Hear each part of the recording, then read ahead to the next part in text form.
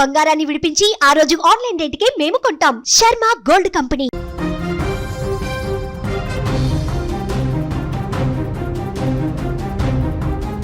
తెలంగాణ రాష్ట్రం పైన చలి పులి పంజా విసురుతుంది. పలు ప్రాంతాలలో ఉష్ణోగ్రతలు దారుణంగా పడిపోతున్నాయి. ఈ క్రమంలో రాబోయే రోజులలో చలి తీవ్రత మరింత పెరిగే అవకాశం ఉందని హైదరాబాద్ వాతావరణ కేంద్రం హెచ్చరించింది. బలమైన శీతల గాలులు వీచడం, కనిష్ట ఉష్ణోగ్రతలు పడిపోవడం ఇందుకు ప్రధాన కారణంగా పేర్కొంది. ఇప్పటికే పలు జిల్లాలలో ఉష్ణోగ్రతలు సింగిల్ డిజిట్కు చేరుకున్నాయని, రాబోయే 3 రోజులలో రాష్ట్రంలో కనిష్ట ఉష్ణోగ్రతలు సాధారణం కంటే 2 నుంచి 3 డిగ్రీలు తక్కువగా నమోదవుతాయని అధికారులు వెల్లడించారు. ఇక చలి ప్రభావం ముఖ్యంగా రాత్రి, సాయంత్రం, తెల్లవారుజామున అత్యధికంగా ఉంటుందని, ప్రజలు అప్రమత్తంగా ఉండాలని సూచించారు. పెరుగుతున్నటువంటి చలి తీవ్రత దృష్ట్యా పౌరులు తమ ఆరోగ్యాన్ని కాపాడుకోవడానికి తగిన జాగ్రత్తలు తీసుకోవాలని వాతావరణ కేంద్రం విజ్ఞప్తి చేసింది.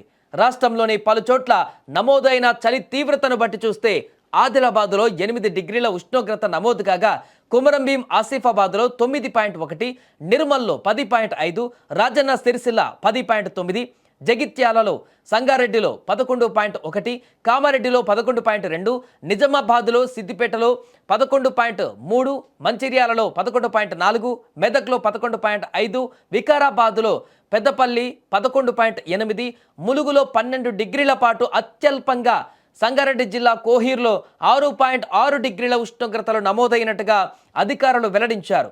ఇక ఊర్లోనూ, జిల్లాలోనే కాదు, హైదరాబాద్ నగరాన్ని కూడా సైతం ఇప్పుడు చలి వదలడం లేదు. నగర శివారు ప్రాంతమైనటువంటి షేర్లింగంపల్లిలో 8.4 డిగ్రీల రికార్డు స్థాయి కనిష్ట ఉష్ణోగ్రత నమోదైంది. దీంతో నగరవాసులు తీవ్ర ఇబ్బందులు పడుతున్నారు. ఉదయం ఆఫీస్కు వెళ్లే ఉద్యోగులు, స్కూల్కు వెళ్లేటువంటి విద్యార్థులు తీవ్రంగా ఇబ్బంది పడుతున్నారు. దీనికి తోడు పొగమంచు కమ్మేస్తుండడంతో రోడ్డు ప్రమాదాలు జరిగేటువంటి అవకాశం ఉన్నందున వాహనదారులు నెమ్మదిగా వెళ్తేనే మంచిదంటూ కూడా అధికారులు చూస్తున్నారు. ఏదేమైనా ఇప్పుడే చలి తీవ్రత ఇలా ఉంటే రాబోయే రోజులలో దీని తీవ్రత ఎలా ఉంటుందో ఊహించుకుంటేనే వెన్నులో వణుకు పడుతుంది.